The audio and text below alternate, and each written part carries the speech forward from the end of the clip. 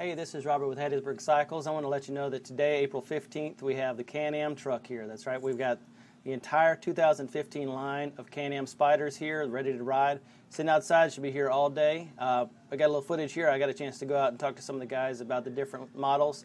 Got tons of information. I got to go out on the ride, so check this out. So over here we got the entry level into the Spyder lineup, the RS. The RS was the original Spyder. It came out in 2007. It was originally called the GS. But for the most part, this is still pretty much the same, other than some improvements upon the original design, featuring a 998cc V-twin, 106 horsepower. This is the fastest accelerating Spyder that we have. 0 to 60 in approximately 4.5 seconds. It's certainly no slouch. The RS is going to feature a sport bike riding position where you're leaned forward, kind of like a typical Japanese sport bike, and it's intended for a younger audience. That's the target market anyway. And it's also the entry-level price-wise as well. It's going to be starting at about $14,900.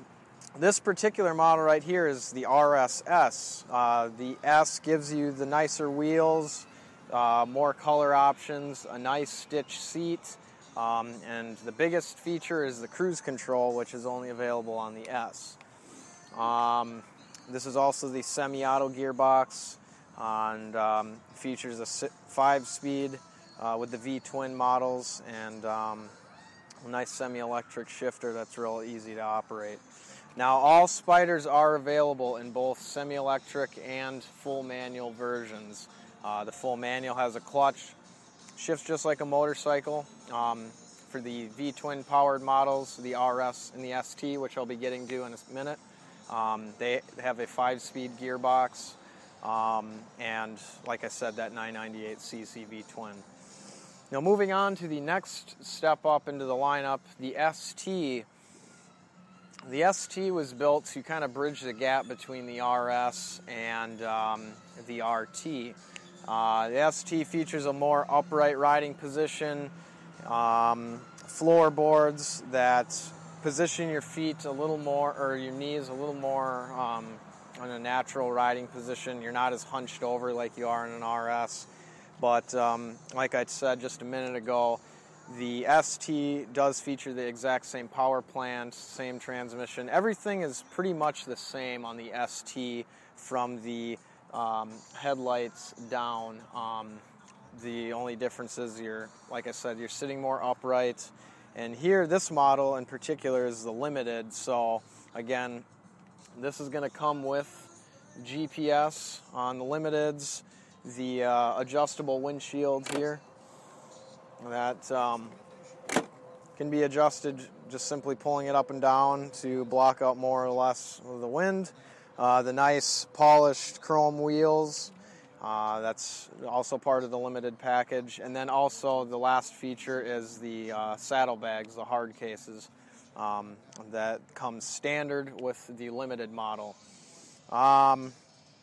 The one other feature that's unique to the ST and RT is that on the S in Limited models, you're actually going to get heated hand grips that come standard.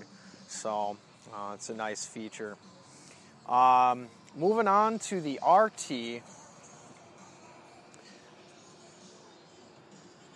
The RT featured the 998cc V-twin up until last year when the inline 3 debuted, which not only dramatically improved the power delivery that is featured on the RT and now the F3 as well, but it also fixed some quote-unquote issues such as keeping the bike cool. The inline 3 powered RT has the radiators up front, and now what's so great about the inline 3 and its forward mounted radiators is below 5 miles an hour, the cooling fans actually blow the heat forward and away from the rider. Like I said, heat and absorbing the heat with the seat was a very common complaint on the older models. Sitting in traffic, you got pretty warm sitting on the seat there. So what they did is they moved the radiators up front, added those reverse cooling fans, and everyone's been very happy so far. It's really addressed a lot of issues. So, like I said before, the radiators are right in front of your knees, and that really created a lot of heat soak for the rider in slower moving traffic. So the RT is really, it's the full touring model. You have the most storage capacity of any of the Spyders. It features quite a bit of rear storage with a trunk here and on each side that you're able to fit a full face helmet into each of these side compartments. And with the back here, you have a plug-in for your iPod and a 12-volt power source as well. And these two features are unique only to the RT. And you also got a hook in for your CB radio for those of you who are interested in that. Some other unique features with the RT. Now this is an S model. The S, again, gives you the cruise control, which is kind of the big incentive point for stepping up to the S model. You get other features such as power adjustable windshield, power adjustable suspension with a total of 6 settings for hard and soft. And so that's really one of the big features of the RT is you're really able to get your comfort level exactly where you want it for those long distance trips. As I kind of said before, the RT is built for going cross country, going on the long distance trip, bringing all your baggage with you. It also has a pretty large front trunk as well. Significantly bigger than any of the other models, and you're able to fit quite a bit of clothing or a couple helmets in there, and it's designed to really go the distance. Now, this, like I said, this is an S. Moving over to the Limited, which is one of the best-selling models that we have, gives you more color options. You have the nice chrome wheels, the chrome accessories, on the trim and the floorboards, and on the reflectors here, as well as up on the windshield and the mirrors. This is going to, really set you apart from the crowd and really, gives it a nice, clean look that a lot of the market is looking for. We're dealing with the motorcycle crowd and people who are coming off of cruisers. Well, the people on cruisers like a lot of chrome, so that's what the Limited is kind of really targeted for them. And this particular model also has an adjustable handlebar that is an option. It doesn't come standard with it, but with a quick couple turns of a wrench, it's a tri-axis adjustable handlebar that really adds another level of adjustability to the rider to get them as comfortable as possible on the machine. And so turning the center screw all the way counterclockwise brings it all the way up. Turning it all the way clockwise brings it all the way down. So you really have a lot of layers of adjustability here with this particular handlebar. It also comes in, as you see, chrome and flat black as well. Now, once I get this tightened up here,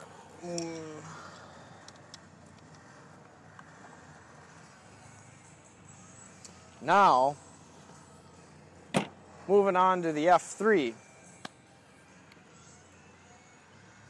The F3 just came to dealerships, or started coming to dealerships anyway, at the end of January.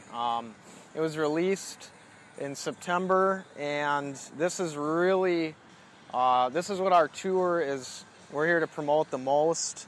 What makes the F3 so unique is not only the cruiser style riding position that puts your feet out front and under the handlebars, but also the level of a customization and adjustability with the F3. The pegs, the foot pegs, are fully adjustable with 5 different positions that they can be set to accommodate a rider as short as 5'1", all the way up to and over 6'1". And along with those adjustable pegs, we have handlebars that can be quickly swapped out with just a matter of undoing the clamp with just 2 bolts under each bar end, and then undoing this triple clamp right here. We have 4 different bars that we can actually swap out in just a matter of a couple of minutes to bring it closer to the rider with the short reach handlebar, the standard bar, which all F3s will come shipped with, the attitude bar, which gives it a little bit of a curvature to it for a little more style, and then the long reach handlebar for those really tall riders.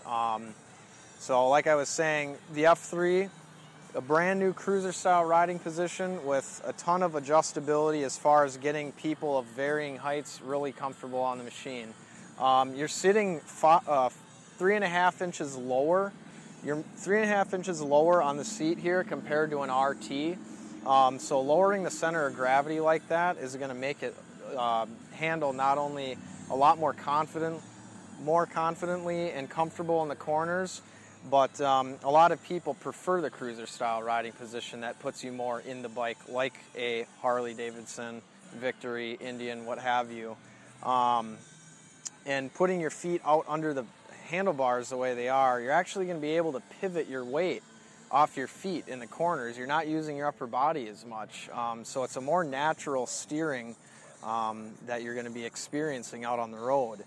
And like I said, 66% of the market is cruisers. So that's kind of where the F3 is targeted at, that huge demographic that we were, kind of missing out on before. Another great feature of the F3 is there's tons of accessories that can be added. Now this particular model here has been fitted with the Blue Ridge windshield, which puts quite a bit of the wind out of the way of the rider. A chrome handlebar, gives it a nice little more style geared towards the cruiser market. Again, the cruiser guys, they like their chrome, so that's where the black and chrome, along with this added chrome handlebar, comes into play. We got the Cannonball seat here. Cannonball seat's going to be a little cushier for those long distance rides. It's going to provide more comfort for both the driver and the passenger as well. The passenger seat here has been added, and as well as the driver's backrest. So you're going to obviously have quite a bit of comfort for both the driver and passenger, and these are both quick detach. Just simply push in the pin here to pull it up, and the the passenger's backrest, you simply push in and lift, if this will come up like that. So if you don't need the passenger backrest especially, it comes up in just a matter of seconds there. So now, as I believe I started touching on a minute ago, this is the S model. Right behind us we have the base. The base is going to only come in metallic black, midnight black, and in white. So the S is going to give you features such as the polished wheels, the stitch seat. As you can see here, this is just a black seat, whereas the S there and the two S's behind us both have that nice red stitching on the seat that really makes it pop out. The LEDs on the fenders on the base model just feature a standard halogen lamp on front. When you step up to the S, you get these nice, slim, aggressive-looking LED emblazoned fenders. Another feature with the S is you get colors such as the pure magnesium with the red frame right there. The red frame is only available on the pure magnesium, as well as the pearl white, which we have back there at the end. And you know, those two colors are really going to make it pop out with the painted A-arms as well as the frame there. So, but again, just like the other Spyder models, the other big feature with the S is cruise control.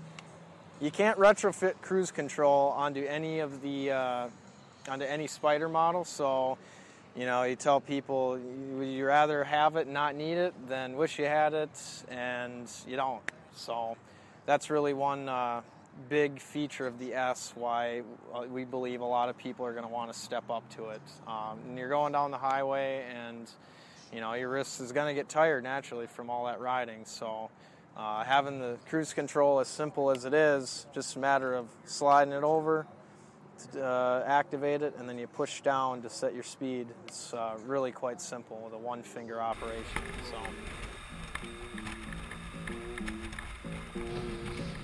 After hearing everything that I could hear about each one of the different models, I decided to take the RT Limited. I wanted to take the biggest, most comfortable one out. This thing has all kind of bells and whistles. Great weather, great day, and a lot of fun.